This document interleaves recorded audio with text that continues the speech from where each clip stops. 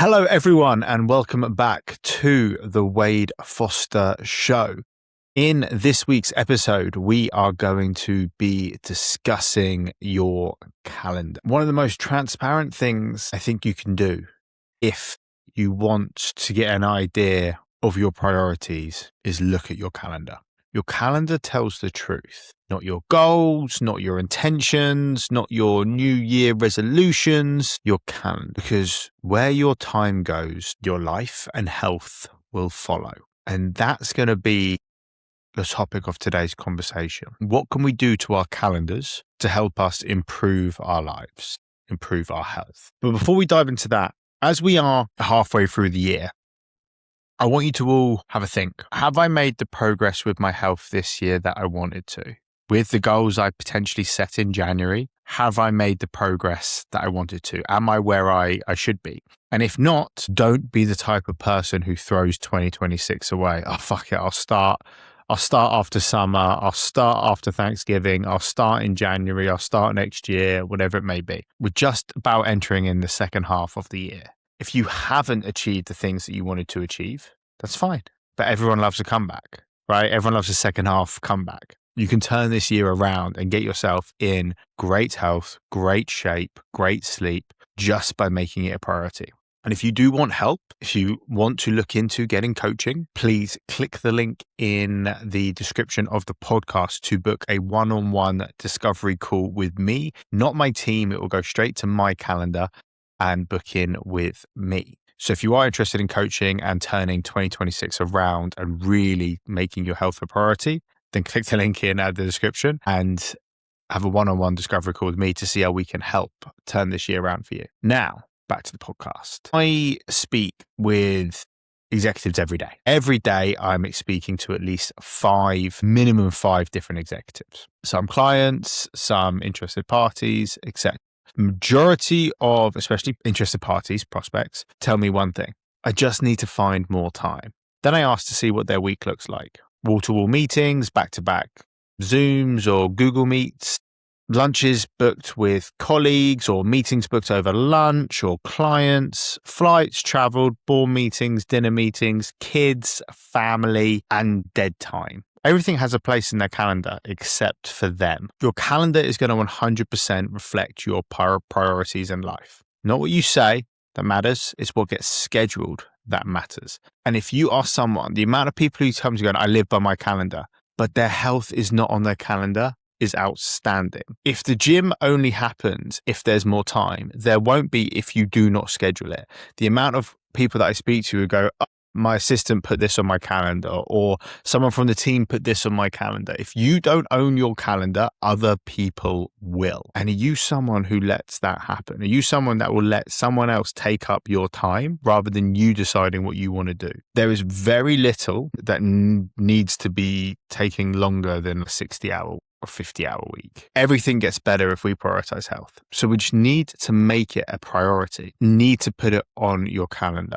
Your health should be treated like your biggest client because it is your biggest asset. If you sleep better, if you exercise more, if you eat better, if you look better, if you have more fun, you will be a better individual. Be that at work, at home, for yourself, etc. Health is the most selfless act you can possibly do. And I'm not asking anyone to be like a hybrid athlete, training twice a day, training 2 hours a day, doing 4-hour workouts. 45 minutes, 35 minutes over lunch, you can have a shower afterwards. We're not asking for miracles here. We're asking for you to prioritize your health.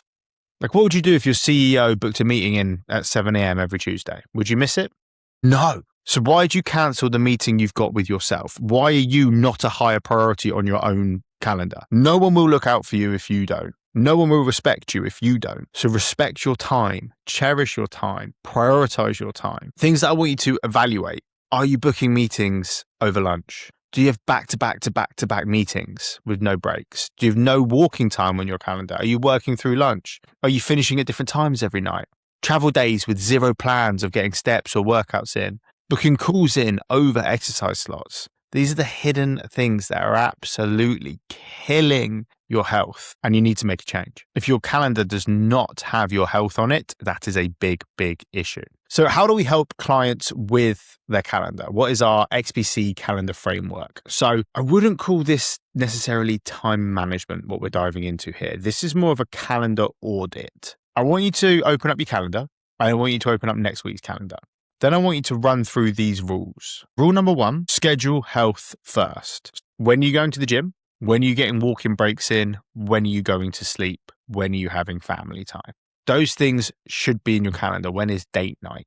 All of those things are in my calendar first before I even edit any booking link that someone can book a call in with me for. Firstly, it's what times am I not free? As in, what time am I not free for work? When am I working out? When am I going to bed? When am I switching off to unwind with family? When are my little walking breaks to walk the dog? I have that scheduled in my calendar so no one can book in with me. And I sometimes have my team, hey, wait, someone's looking to book in at X time. Nope, I'm on a walk. Like, book them in after the next day or whatever. Like, no, the priority is my health and I have to practice what I preach. If I'm telling people they have to put health first, I have to put health first. And I say no to some meetings because it's my walk time or it's my gym time. It's my down regulation time. So the first thing I want you to do with next week's calendar, everyone's a little bit different, right? You're all going to have, some of you are going to work out 5 days a week. Some of you are going to want to work out 3 days a week, but I want you to all look at your calendar and go, when am I training? When am I getting some walking breaks in? Put in your calendar, I have a block of 8 hours for sleep. So if you look at my calendar, right? I'll open up now. I'll just make me log in. But from 11 p.m. to 7 a.m. is blocked out as sleep on my calendar. So my team know, and I know if I'm looking at my calendar, cool, I'm in bed by 11 tonight. That's my goal. That is a non-negotiable for me. Rule number 2, don't schedule back-to-back-to-back meetings all day. We don't always need 30 to 60 minute meetings. Meetings can be 20 minutes, 45 minutes, 50 minutes. Try and create a 10-minute buffer on your meeting links if people are booking in on your calendar. So instead of an hour, make it a 50-minute meeting. Instead of 30 minutes, make it a 20-minute, 25-minute meeting. Create 5-10-minute buffers to stand up, walk, use the bathroom, get some steps in, get some hydration in, reset before your next meeting. You don't want 8 hours back-to-back meetings. Change meeting links or booking links. It doesn't need to be 60 minutes. Be efficient with your meetings. Don't use filler. Be like, I've got 50 minutes because I've got a 10-minute walk after this. Okay? So don't have back-to-back meetings. Create better structured meetings that are 20 minutes, 25 minutes, 50 minutes, 45 minutes, etc., that allow you to get movement breaks in post calls. Next one, and I stand on this, protect your lunch like it's a meeting. I'm sure all of you in your contracts have a lunch break. Take it. Take the lunch break, either for lunch or for a workout if you struggle to get it in before work or after work. No desk lunches. Another sports reference. Treat your work day like 2 halves. Lunch is half time. Lunch is your ability to recharge. We are not built to work 8 hours back to back to back to back, right? Our brains do not function that way. The back half of the day is much worse than the front half of the day unless you take a reset. Refuel yourself. Get some fresh air. Get some steps in. Get some breath work in, disconnect from work, do something fun, listen to music that you enjoy, listen to a podcast that you enjoy. Create a reset in your day so when you go back to work, you're remotivated for the next half. So I see all of you blocking a lunch hour out of your day for you to refuel, recharge, and get back into the swing of things for the second half of the day. We never skip lunch. For a lot of you, for me included, lunch is technically my first meal of the day.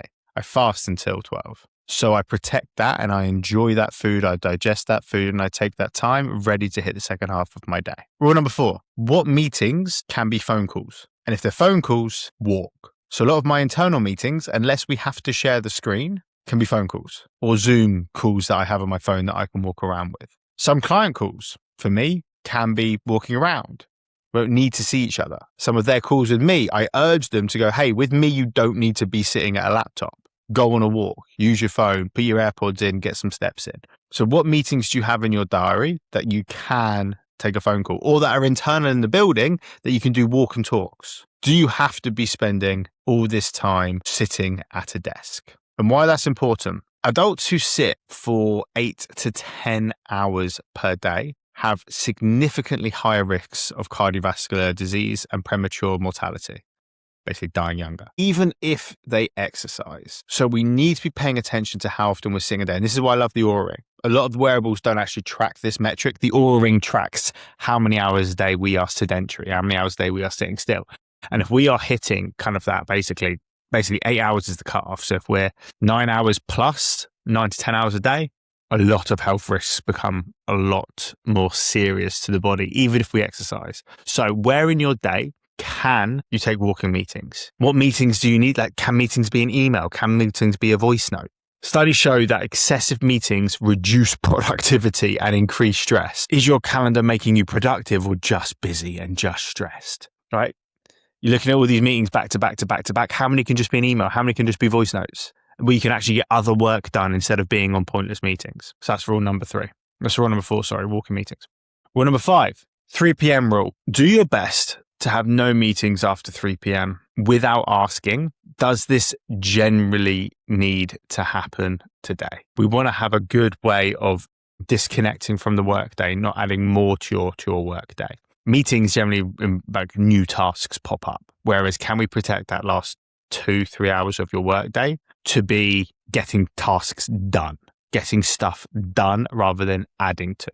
I've had X amount of meetings today. I've got X amount on my to-do list from 3 to 5, from 3 to 6. What can I get done? Rather than I've got a 4 p.m. meeting. Now I've got this extra workload to do. I'm going to stay late. I'm going to miss my kid's game. I'm going to miss this. I'm going to miss that. Can we create a rule that unless it generally needs to happen, we move that meeting to tomorrow or a different day? Rule number 6, travel days aren't write-offs. Now, I know some of you try airport walks, hotel gym workouts. Try and set a challenge of, can I hit 2,000 steps before this flight? Can I hit 2,000 steps in this airport?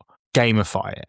How many steps can I get on before this flight? Just because you travel doesn't mean you can't be healthy. There are healthy options at every airport. You just got to make sure you're picking them and you're finding them.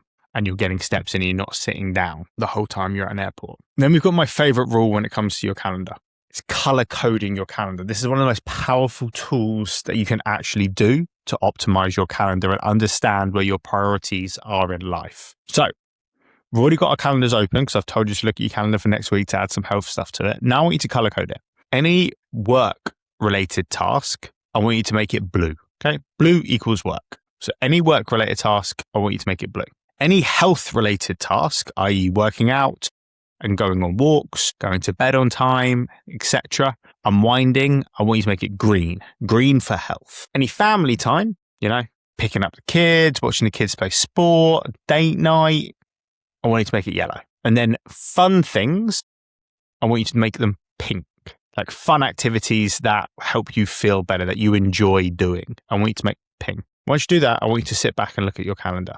What can you see? Is it all blue? Do you have a couple of green slots and a couple of yellow slots daily for your family and for your health? How much pink is in there? How much fun activities are you doing in a week? I want you to make sure you have at least 2 green activities a day. 1 workout and 1 walk is a minimum.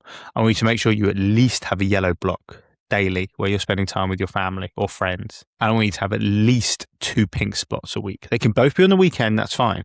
But 2 pink spots a week that are you doing stuff for fun. And why this is important, we spend a lot of our life at work. On average, the average executive is working kind of 50 to 60 hour weeks, not including commuting or checking emails after work.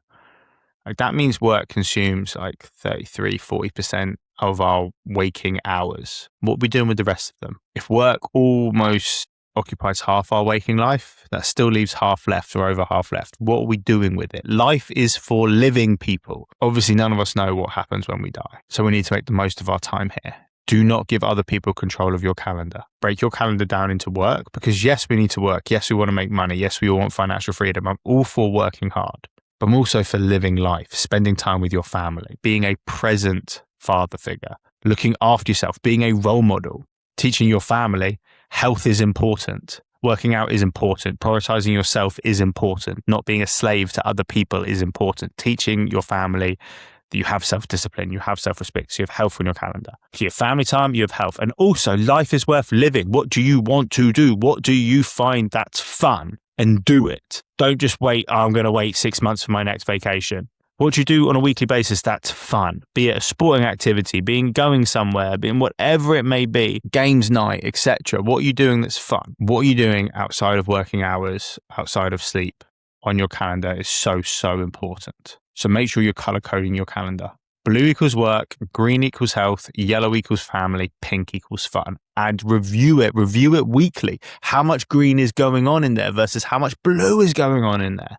How much yellow have we got for family? How much pink have we got for fun? And make sure we're seeing multiple colors throughout the week. And then we've got the 15-minute rule. The last rule is the 15-minute rule. Every time you find yourself thinking, I've got 15 minutes before my next meeting or 10 minutes before my next meeting, think health. Don't open Instagram. Don't open LinkedIn. Don't open YouTube. Don't check your email. Get some steps in. Maybe do some light stretching. Drink some water. Get a coffee. Optimize your calendar. Get some sunlight. Get some fresh air. You will not realize how high your step count will go and how low your inactive time will go if you just take these 15-minute windows for your health. Between meetings, can I take this? And you don't realize how good your energy will be. You'll feel so much more productive the more steps you get in. Your brain will be flowing. Your blood flow is better. Your cognitive and executive function is better. These 15-minute windows is where health is won. It's not the hour workout. It's the little breaks throughout the day that you get steps in, that you get movement in. And this brings me on to one of my favorite things to do with people. I'm going to get you guys all to do it now. I want you to check your screen time. I want you to open up your phone, go to settings and go to screen time. Now, I know a few of you will work from your phone, so you got to look at which apps you're on. However, if it says 3 hours or more, but if it just says 3 hours, it's 21 hours per week. That's almost an entire waking day you've spent looking at that device. I'm not asking you to spend 21 hours a week at the gym. I'm asking for a minimum of 3, a maximum of 5. And you spend 21 hours minimum looking at your phone if it's 3 hours a day, if it's 4 hours a day, if it's 5 hours a day, right? Look at what apps are on there. What are you spending an hour a day looking at? Delete the fucking app. Do you need Instagram on your phone? I don't. Do you need Facebook on your phone? I don't. YouTube on your phone? I don't. 0 social media on my phone because it adds no value to me. None. I don't care what this celebrity's doing. I missed someone the other week. I was like, did you not see this story? I'm like, no, I have no idea what you're on about. And it doesn't affect me one bit. Knowing this person's divorced or married or this news thing, like it doesn't affect me. So why do I care? Why would I spend time on that when I can spend time with friends, family, my dog, working out, my health, my business? So look at your screen time. It's over 3 hours a day. It's 21 hours a week. You can easily find 3 to 5 hours to work out. So I'm going to close out with this today. I hear so often people don't have time for their health. Like, I just don't have time for my health. And I've been doing this for 12 years. I just don't believe you. I guarantee you I've worked with someone busier than you, with more kids than you, with more travel than you, and they have time for their health. I truly believe you've never been taught how to design the calendar that protects you, that protects your health. Your calendar isn't just about managing your time, but managing your future health. Show me your calendar and I'll show you your priorities. If there's no green in there, you are not someone that prioritizes your health. You're teaching your children, your spouse, your colleagues that health is not a priority for you. You do not care about yourself. How's that a good role model? How's anyone going to care for you if you don't care for yourself? So I want you to do one thing for me. Hopefully you've been doing it during this call, but if not, open next week's calendar, organize it. Health, work, family, fun. And then I want you to count how many appointments are for your health. How much green is on there? Training, walking, recovery, sleep. If there are fewer than 5, don't tell me you care about your health because you don't. If there are fewer than 5 occasions in your calendar that you've blocked out time for your health, don't tell me you care about your health because you don't. And show me health matters. Show yourself health matters. Show yourself you care about yourself. Show yourself you care about your health and block green on your calendar. Put training in there, put walks in there, put movement breaks in there. If you're someone that saunas or does recovery stuff, put that in there. Show me your calendar and I'll show you your priorities. Peace.